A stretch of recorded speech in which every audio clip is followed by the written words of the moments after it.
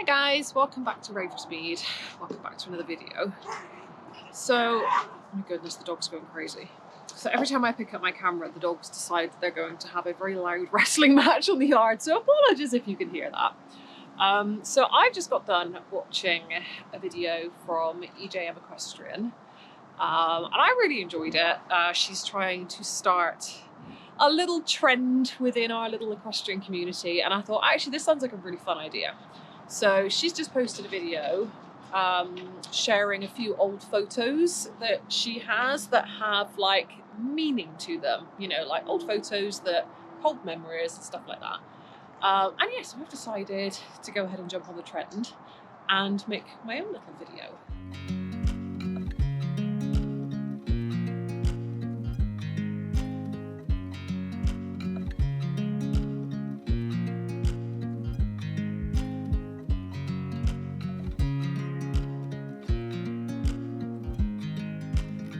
So I just spent the last 10 minutes flicking through some old photos. And as soon as I saw that video, I had a few photos in my mind that I thought, yeah, those are the ones that I want to use for this video.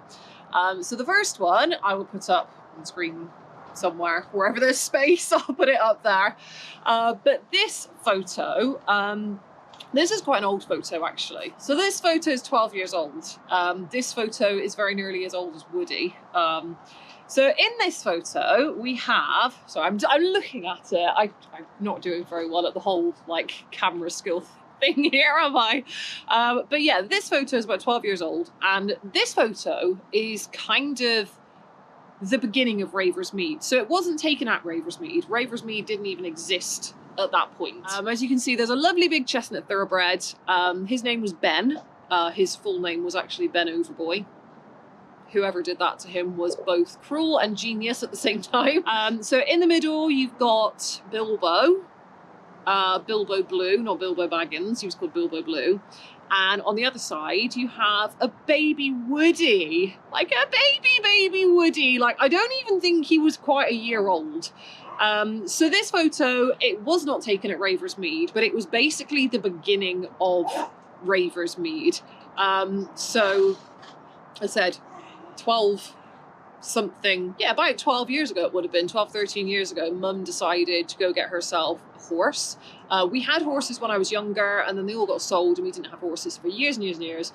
And then Mum decided she was going to get herself a horse, so she got I'm trying to think what his story was. So he was a racehorse. He was a retired racehorse, off-the-track racehorse. Yeah, and then I think he went off and became a hunter, and then he kind of got semi-retired from that. And then he got leased out, and my mum leased him. And that kind of like started a whole spiral of events that led us to where we are today here at Raversmead. So I've always loved this photo. Not just because of the fact that it was kind of like the launch pad for everything else, well, literally everything that's here now, that was kind of where it started. But because it's just such a cute photo as well, like the three of them lined up like that, like they used to walk around the field like that a lot. And it was just adorable because it was just these two little babies following big Uncle Ben around, and he used to play with them, and it was just fun having youngsters. And it was baby Woodster. Baby Woodster was an absolute nightmare. He used to break out and go into the neighbours' fields. He used to go into the house as well. If the doors were left open, he'd try to go into the house. He'd go into the workshop that was there. He was such a troublemaker. I don't think Bilbo really caused much trouble. I think he was quite sensible. And then, yeah, not long after that photo was taken, we ended up moving them to a different yard, and then eventually Mum bought this place. And then Raversmead became a thing, and then Raversmead was named after Woody. So originally this place was called the Meads. Well, technically next door is the Meads, but all of this land used to be part of the Meads, and then it was split up and sold off. And so we renamed our bit, and we took part of Woody's name because he was my special little squishy boy, and he was, you know, our little pony. So we took part of his name, which is Woodstock Raver, and chucked it in with what was already here, which was the Meads, and ended up with Raversmead. So that's kind of like a bit of a weird origin story that always gets attached to that photo in my mind. And so I really love that photo for that reason. So that's my first one. My next photo, see, I've got a few on here and I'm not quite sure which ones I'm going to use. I don't want to do too many and like make the video crazy long. Okay, I have to do this one. I have to do the one of Stumpy from Frampton Fair years ago. I'm not sure what year it was that we took her. Let me rephrase. So we took Stumpy to Frampton Fair for a couple of different years, but this particular year was the most epic year ever. So we would go to Frampton Fair as part of the Cotswold Cart Horse Society. They had the heavy horse ring where they would demonstrate agricultural machinery, horse-drawn machinery, really old vintage carriages. Like, there were always these guys here who would turn up with the Percherons and the Shires, the Clydesdales, and they'd have all the really old machinery and the big old beer drays from the breweries and everything, and it was really, really fun. And we always used to go and watch them, and then eventually we decided we want to have a go at this as well. Mum has a friend who was involved with that kind of thing, so we kind of got into it that way. And we'd been a few years and not really had much success, mainly because our horses were disgraceful in public, to put it politely. We actually took Nellie there one year in a small two-wheel cart. I think she came like 6th place. I think it was a technicality. I think there just happened to be enough people in the class as there were rosettes to go around, so it was kind of a guarantee that she would get something. But yeah, it was a bit cringe. The cart wasn't great, the harness didn't feel great.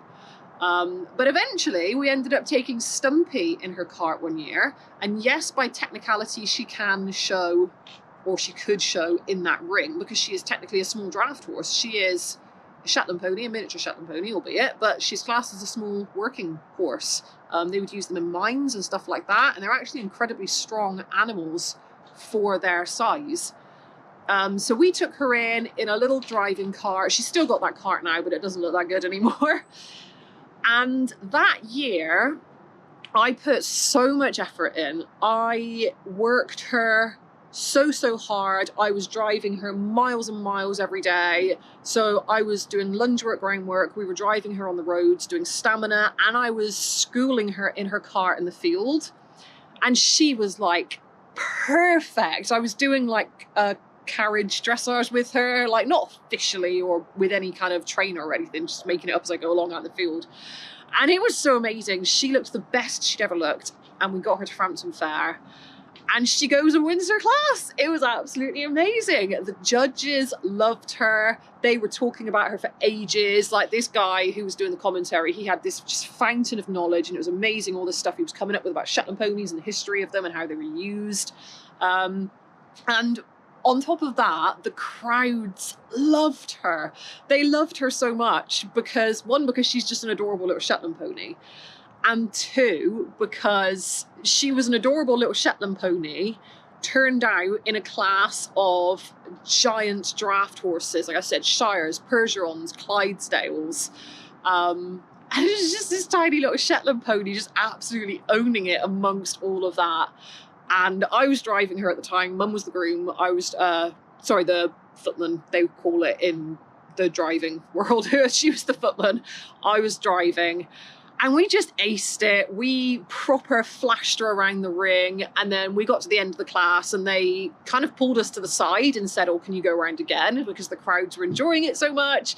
And everybody was chanting her name. They were going like, go, Stumpy, go. And it was one of the best days ever. It was so much fun.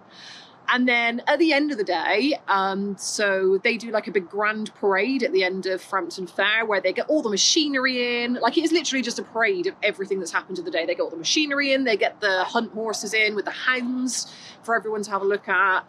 They get the stunt riders in and all of that. And then they get all of the show horses in as well. So we got to go around as part of the grand parade, and what happens is they kind of like line you up and they do like presentations and stuff, and then you have a big go round at the end. And we did our big go round. It was at a fairly steady walk because obviously a lot of the horses were pulling big heavy machinery like plows and harrows and big drays and stuff like that. So it was a fairly steady go round. And then we got pulled to the side again, just as we were about to go out the gate. And one of the stewards said, I want you to take her around again, but like gallop her, because the crowds were just loving it so much. So Mum hopped out the car. I think it was Mum in the car at that point, or it might have been another gentleman whose name I've forgotten, I can't remember, but somebody else may have come around in the parade ring in the cart with me. I can't quite remember now. Anyway, whoever it was hopped out of the car. I went round on my own and I just opened her up and we literally galloped flat out. Shetland pony in a tiny little horse and cart galloping flat out around the parade ring, the grand parade ring at Frampton Fair. And it was honestly hands down one of the best days of my life. It was so much fun. Everybody was like chanting for her again, because of course everybody knew her name by that point. And it was amazing. It was such a fun day. So much fun. And it's such a shame that happened like before I started vlogging. Like, I've never really been a big photo person. I've hated filming things forever, which is ironic now given the fact that I'm doing this. Conquer your fears, people, you know. But yeah, it's just such a shame that we didn't have any video footage of it. I mean, maybe somebody filmed it, I don't know. If they did, I've never seen the footage of it. But we've just got a handful of photos. That was one of them. I don't know where the rest of them are. They've probably been lost to time. If I trawl through the internet on Facebook and whatever, or through our old phones, I'll probably find them. But that's the only one that I know of that we still have access to. And it was just such a great day. And I love that photo for that reason. Every now and then I like to just look at it and remember back to like the day that everybody was chanting Stumpy's name at this big fancy county fair. It was just epic, absolutely epic. So that's my second photo. I have a quick check through. Like I said, I'm going to try not to do too many photos, otherwise this video is going to get crazy long. All right, what's the last one I'm going to pick? Oh, see, it's a toss-up. Okay, I'm going to do one more proper one, and then I'm going to do a bonus one just because there's a funny story attached to it. So my last proper one is this glorious photo of Woody.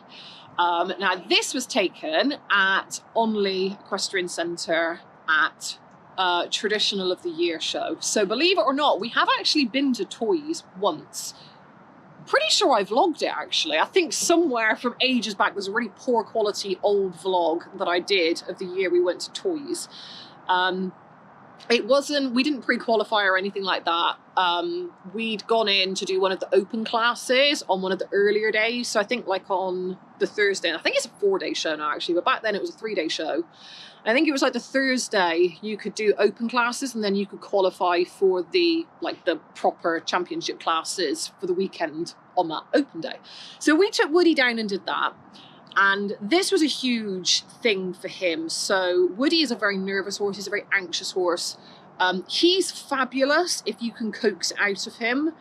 He has a tendency to flip his lid. He can be very explosive. I mean, he's a weird combination because he can be very lazy and difficult to motivate, but at the same time, he can be really sharp and explosive. So he's been very, very difficult, which is a pity because, like I said, he is fabulous. He's got beautiful movement when you can get it out of him. And he's just gorgeous. Like, he is a really big, beautiful gypsy cob. And he's one of those horses that you get him in the show ring and, you know, as you're walking him to the ring, he always turns heads and people stop and look at him and want to meet him because he is fabulous. Not so much at the moment because he's got dad bod because, you know, human failure, but he is fabulous. And we just really wanted to go to this show, so we did it. We just did it. We got him there. I worked really hard on his fitness. I worked really hard on his schooling. We got him there. And the whole time I was just so nervous that he was going to pull a Woody. Historically at shows, he will have a meltdown at some point. Quite often it ends up being during the warm-up. He gets very flustered in the warm-up, mostly because there's horses going in all different directions. Once we're in the show ring and everybody's kind of like moving as a collective, he does settle down a little bit, but the warm-ups really stress him out. So a lot of the time he'll have an epic meltdown in his warm-up. Hopefully I don't fall off when that happens. But I was just so nervous that he was going to have this big meltdown and it was going to be embarrassing and it was going to be a waste of time and money because it's not cheap to go to that show and it's quite a drive for us, and we hired transport. So it wasn't a cheap day out. And we got there and somehow he held it together. Like, the horse that freaks out over everything managed to go round the big show ring at Tradition of the Year show without a hiccup. Didn't embarrass himself. I didn't embarrass myself either. And he did it. Like, he actually did it. And the whole time we were there, I just kept thinking to myself, oh, something's going to go wrong. We're not going to get there. Something's going to go tits up. It's just, it's going to be a failure. I went in hoping for the best, but expecting the worst. And he just blew my socks off. He was so well behaved. It was a massive class. So I put him in the home produced class. Big mistake. There was I think there were 38 horses in the class, which was just mind-blowing. It was a massive, massive turnout. We didn't get placed at all. We had no hope in such a big class. We were not prepared for it at all. And actually, we weren't prepared for the level of fitness that you need for that kind of show ring as well. Like, it is fast and it is intense, and it is, when you have a class that big, you're going around for what feels like forever. So he ran out of juice, bless him. But despite all of that, despite his tendencies, despite my nervousness and his nervousness, and the fact that we were actually, despite how prepared we thought we were still really unprepared, we somehow pulled it off. We did all of it. We had no bucks, no broncs. He stood like a champ in that lineup. Like, we were there for so long, so long.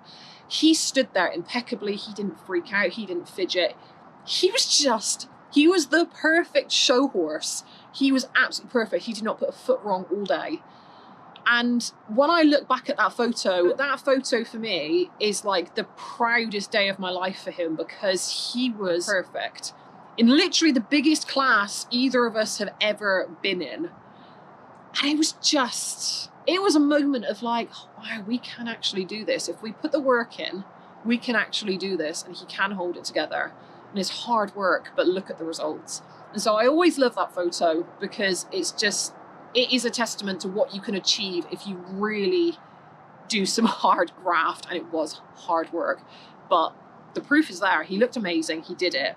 And it was such a proud day. He was absolutely amazing.